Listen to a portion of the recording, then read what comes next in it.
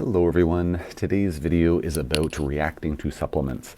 As per usual, nothing that I'm saying should be construed as medical advice. This is for informational purposes only. If you need medical advice, please talk to your healthcare provider to get that advice. So I've had several questions over the last week or two about reacting to different things, and so I thought I'd do kind of a synopsis video here, kind of covering a range of those questions kind of all in one fell swoop. So I'm going to talk about folks that react to kind of the odd thing here and there, folks that react to lots of things, and then folks that actually react to everything, or as they are known, universal reactors. So starting with kind of the easiest topic and moving our way down the list, folks that have reactions to certain things, like for example, I had a question recently about MSM, methylsulfonylmethane, and someone said, I'm having a reaction at a certain dose, and should I keep on taking it and muscle through, or what should I do? And so, of course, I can't give any tailored advice over social media, but just speaking generally about this, if I have a patient who's taking MSM or some other supplement that has the capacity to detoxify them, comprehensive mitochondrial support, glutathione, N-acetylcysteine, proteolytic enzymes like nattokinase or stratopeptidase, mold detoxification protocols, et cetera, if there are things that have a detoxification property to them, and a patient is starting to feel worse while they're building up their dose, then what I usually recommend to them is just lower, what depends on the severity of the reaction. If it's just a mild reaction, I'll usually ask them just to drop the dose down a bit, and then if things settle down, leave it there for a few days, then start to build it up again. If there's more than a mild reaction, I'll usually ask them just to stop it, and then stop the supplement, and then wait for it to settle down, and then we'll take another run at it, start to build it up again.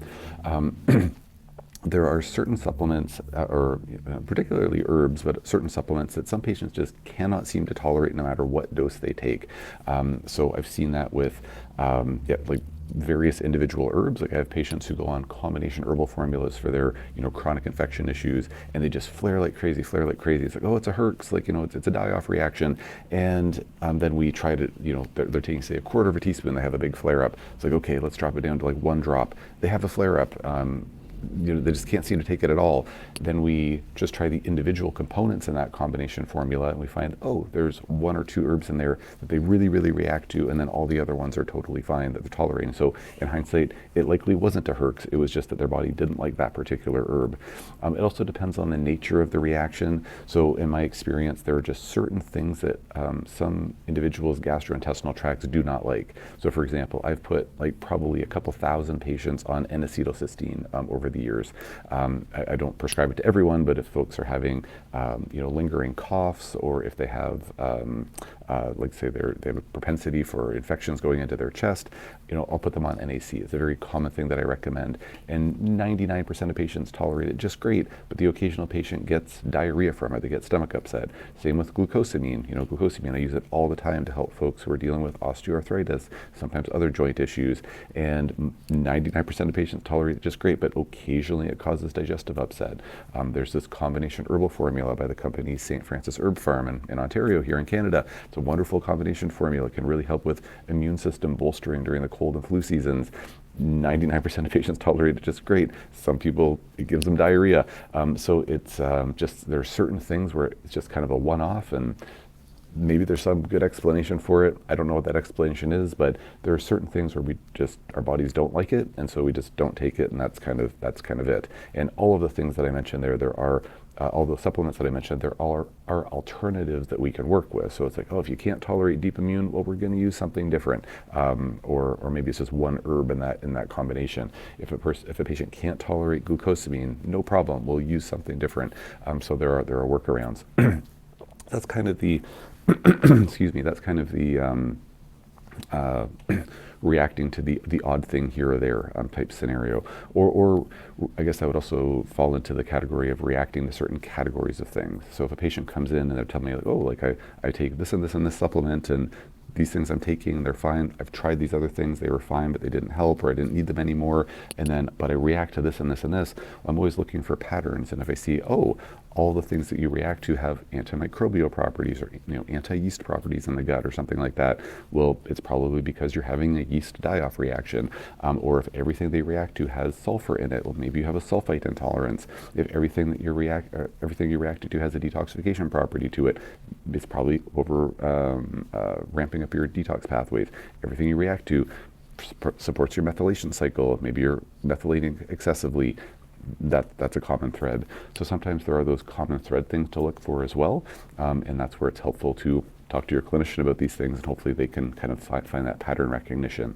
Now there are some patients who, kind of moving on to the next category, there are some patients who react to a lot of things. They don't react to everything, but they react to a lot of things. So I have some patients where they have tried dozens of things over the course of time, and there's like 5 things that they can tolerate, or patients who maybe have been able to tolerate, maybe a dozen different things over the course of time, but there are like a few dozen things that they have not been able to tolerate.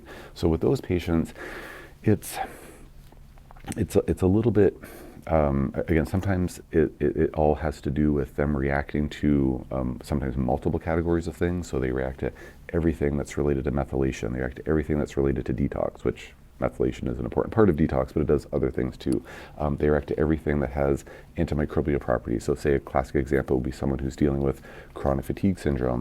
Their system is like really, really depleted. They're likely stuck in a cell danger response mode where their cellular physiology is kind of like in turtle shell mode. And so anything that we use that's going to kind of like agitate their cellular physiology, kind of like the very delicate balance that their cells are holding within, or being sustained within, is going to cause the house of cards to fall down.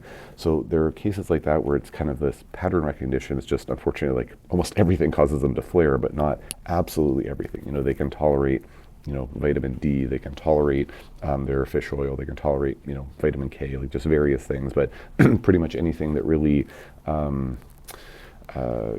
changes the playing field for some fundamental physiological properties of their cells is going to cause them to flare up. So that's a relatively common pattern I see in my practice, because I treat a lot of folks who are dealing with complex chronic health issues. There are also patients that, I guess this kind of bridges the category of folks who are universal reactors, so they react to everything, like every homeopathic, every low dose, single drop dosages of this or that. They take, they react to vitamin D. They still react when they dilute it down to like, 50 international units, like, 1/20th of like, a standard dose. Like they just react to everything. So it'd be a universal reactor. But I'd also kind of lump into that category some of these folks where they react to almost everything, not absolutely everything, but almost everything. And there doesn't seem to be an obvious pattern recognition as to why that's going on. Or they might find that like, oh yeah, I was tolerating that B12 for years, and then it just started flaring me like crazy. It's like, okay, so that those patients I think kind of fit into the same umbrella as the universal reactors. So the folks who are universal reactors, some of them are just dealing with a lot of underlying health challenges, kind of like what I described with the chronic fatigue syndrome individual who's stuck in that cell danger response. Sometimes that's what's going on, and just their cellular physiology is just sensitive to absolutely everything, or virtually everything. So in those cases, the real challenge can be figuring out what are the underlying issues, and so lab testing can be helpful with that, and of course taking their history and seeing what makes sense based on their clinical history. But the real challenge can be, well, if you can't tolerate everything, how the heck do we treat you? Now, there are certain treatment methods that can be helpful. Like, for example, low-dose immunotherapy can be helpful in those cases, because with low-dose immunotherapy, if they're reacting to a dose, we can just always go lower with the dosing. So it's very well suited to folks who are super sensitive. Sometimes with those patients, it's really more about changing their environment, maybe changing their diet, and trying to get an in that way. So for example, if there was someone who was a universal reactor and they were living in mold, well then getting them out of mold would be more of a passive thing. It's not something you have to take. It's more like moving your body somewhere else.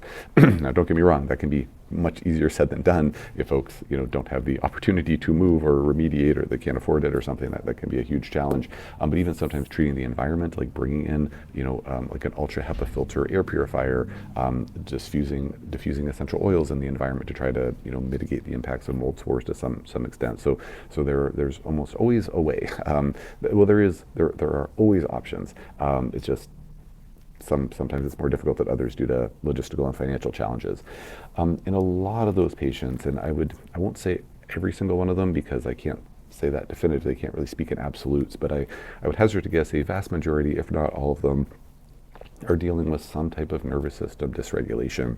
And in those patients, when we do brain mapping, quantitative EEG brain mapping, it's every single patient I've ever brain mapped who has a high level of reactivity or a universal reactivity, they have all shown nervous system dysfunction on a quantitative EEG, which to my knowledge is the most objective test that we can run to see what is happening with nervous system dysregulation. So in those patients, in a lot of those cases, what we need to default to is working with nervous system regulation exercises, and kind of the kind of good thing with that is it's nothing that you need to they need to take. They don't need to take pills or anything like that. It's doing these various exercises, whether it's amygdala retraining, whether it's working with the primal trust protocol, whether it's doing neurofeedback, whatever it happens to be. So we're not putting anything into the body, we're just working on that nervous system regulation. Now, don't get me wrong, some of those patients actually really struggle with that process. Sometimes they have to do baby steps of getting into amygdala retraining. They're going to do the Safe and Sound protocol. They can't listen to the specially filtered music for half an hour a day as is ideal. They can only listen for 30 seconds at first, and then a minute, and then a minute and a half. Sometimes they have to really build up. But that nervous system regulation work, well, it's not, so kind of like the good news is that they don't have to take a pill. It's not something they're going to react to that way, but it can be a very slow process.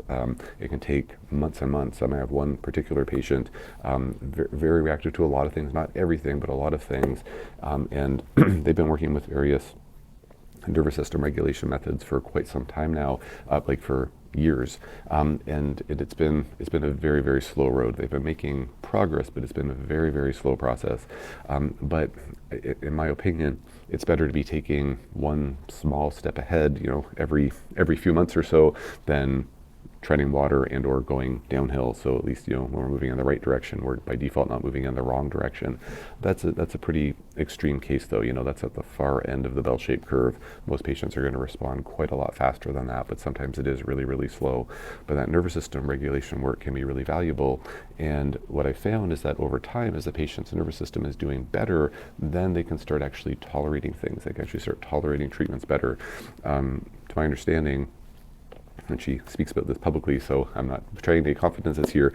Dr. Kathleen King, who developed Primal Trust, she was in that boat. She couldn't take any, she was really, really sick, couldn't take any supplements, she was reacting to everything, started doing nervous system regulation work, and then eventually was able and started feeling some improvement, and then was able to actually start tolerating some of the treatments that she needed to work with to help resolve some of her underlying issues. So she talks about that in various, platforms. She mentioned that during my interview with her on my Overcoming Chronic Illness podcast. So it's kind of common knowledge for those that know about Dr. King. But I'm going to leave it there for now. If you wouldn't mind, please taking a quick moment to like, share, subscribe, and or post a quick comment on the video. I'd really appreciate it. So thanks in advance for taking a second to do that. If anybody has any things they want to share in the comment section, things that were particularly helpful for you that helped to resolve sensitivity issues that maybe you were experiencing, or sharing things where it's like, oh yeah, I tolerate things great, but man, I cannot take vitamin C. I just cannot take, ashwagandha. I can't tolerate whatever. Anything you want to share in the comment section. I know folks read the comments, including me. So just always useful to get some feedback from folks from real life. I mean, I'm talking about my experience with patients from real life, but just seeing those real-time comments can be useful for folks if you are in the mood / so inclined to share. Any questions or comments on this topic or anything else, please post in the comment section below, and I will leave it there for now.